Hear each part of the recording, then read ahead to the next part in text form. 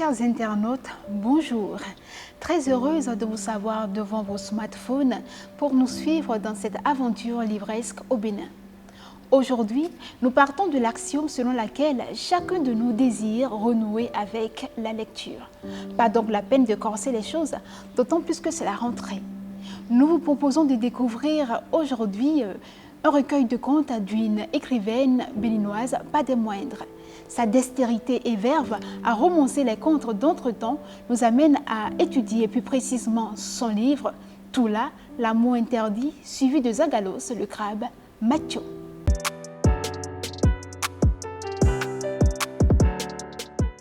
Qui est Anabeye Danivo? Anabeye Danivo est née au Bénin en 1955 à Atiémé. Professeure certifiée de lettres et titulaire d'une maîtrise en socio-anthropologie à l'université d'Abomey-Calavi, elle a été en 2007 directrice des bibliothèques et de la promotion littéraire. Auteure de plusieurs nouvelles, elle publie 2 recueils de contes, dont l'un en novembre 2016, Sitou et la rivière de la nudité, suivi de Onoulé l'initié, aux éditions Christon. Son second recueil de contes sur lequel nous nous attardons ce jour, Toula, l'amour interdit, suivi de Zagalos, le crabe macho, a été par contre publié en juin 2020 aux éditions Savane du Continent. Anabeye Danivo épouse Koti, est grand-mère et mère.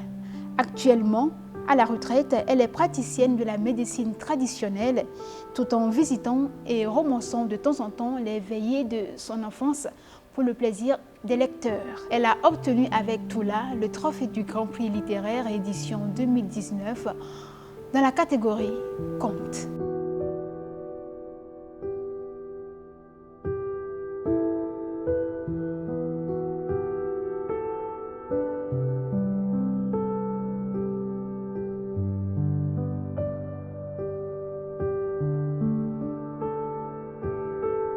Toula, l'amour interdit est avant tout un conte hérité par la grand-mère de l'auteur qui, au fil du temps, a décidé de le romancer. C'est une trame à travers laquelle l'auteur met en exergue l'inceste, les revers de l'inceste et du détournement de mineurs.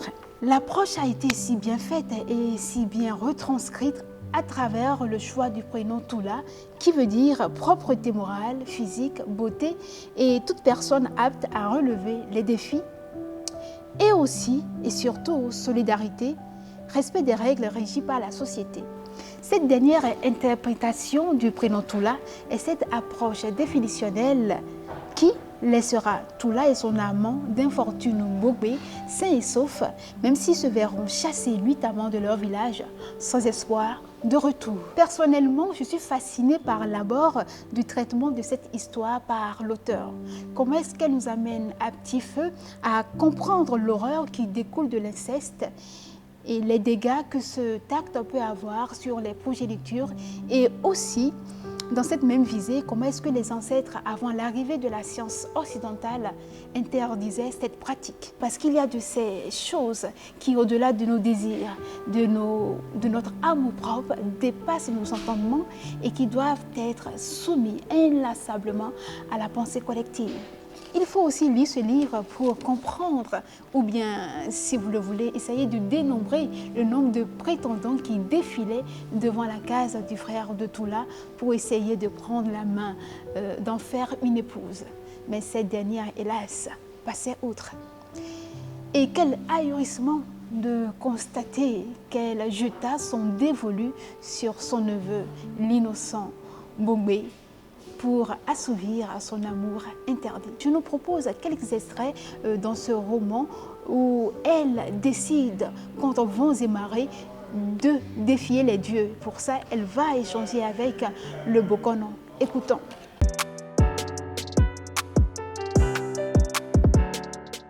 Toula soupira, puis interrogea le Bokon. Peut-on calmer le courroux des dieux, apaiser la colère des ancêtres, contenir les mécontentements, en un mot, contourner le mal par des sacrifices? Il lui fut rétorqué. Des sacrifices pour accomplir l'acte ou pour éviter de commettre de forfait? La répartie fut prompte. assumer l'acte de cueillette en évitant ou en limitant le courroux des dieux et des ancêtres, bien sûr. Le beau gosse s'embêtait. Il se racla la gorge.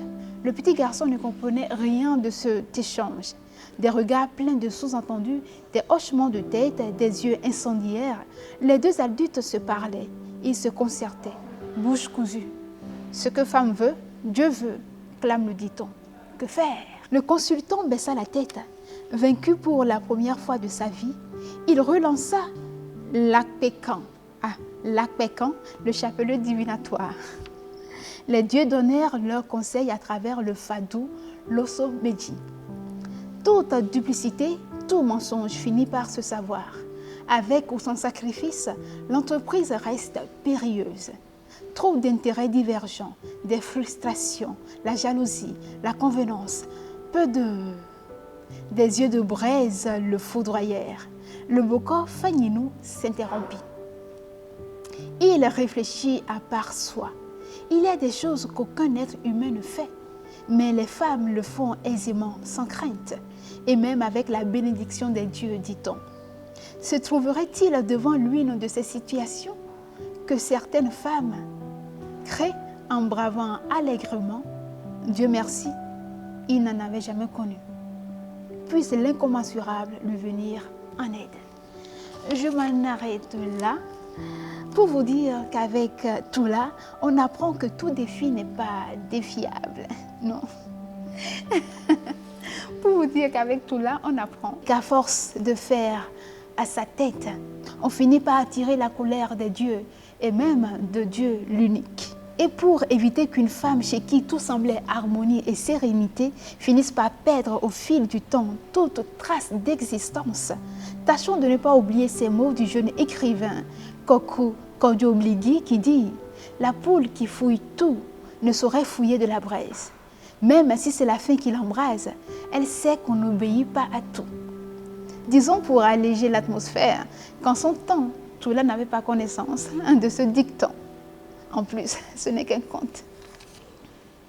Le second conte, Zagalos le crabe macho, sur lequel je ne vais pas trop m'appesantir, parle plutôt de machisme aigu au niveau de Zagalos qui terrorisait son entourage, voire ses femmes. Dieu, étant toujours le Dieu des affligés, décida d'envoyer le coursier pour porter secours aux femmes et surtout donner une bonne leçon aux crabes.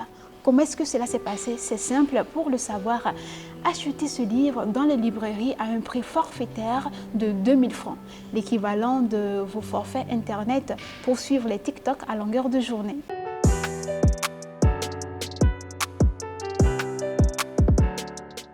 Amener les enfants à lire dépend en majorité des parents.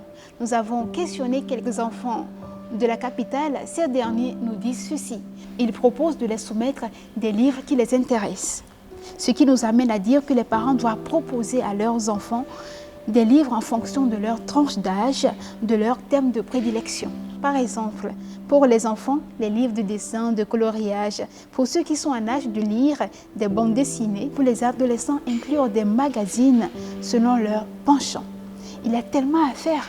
C'est aux parents d'être créatifs en fonction des hobbies de leurs jeunes. Pour les parents, comme l'avait proposé M. Bonou, mis à part le fait de fréquenter les bibliothèques et les centres de lecture publics, essayez d'organiser de temps à autre quelques minutes de lecture parents-enfants pour échanger et voir leur niveau et avancement dans divers domaines et ainsi profiter de ces moments de bonheur pour donner des conseils à ces derniers. C'est toujours intelligent de faire d'une pierre deux coups. Nous ne détenons pas ici la science infuse, mais chaque fois que nous aurons des idées alléchantes sur les livres, nous les partagerons avec vous sur ce canal. N'oubliez pas de laisser les commentaires au bas de cette vidéo. On va se dire à très bientôt pour une prochaine émission et parler d'un autre recueil. Surtout, partagez, abonnez-vous et n'oubliez pas d'activer la touche de notification pour ne rien rater de nos actualités.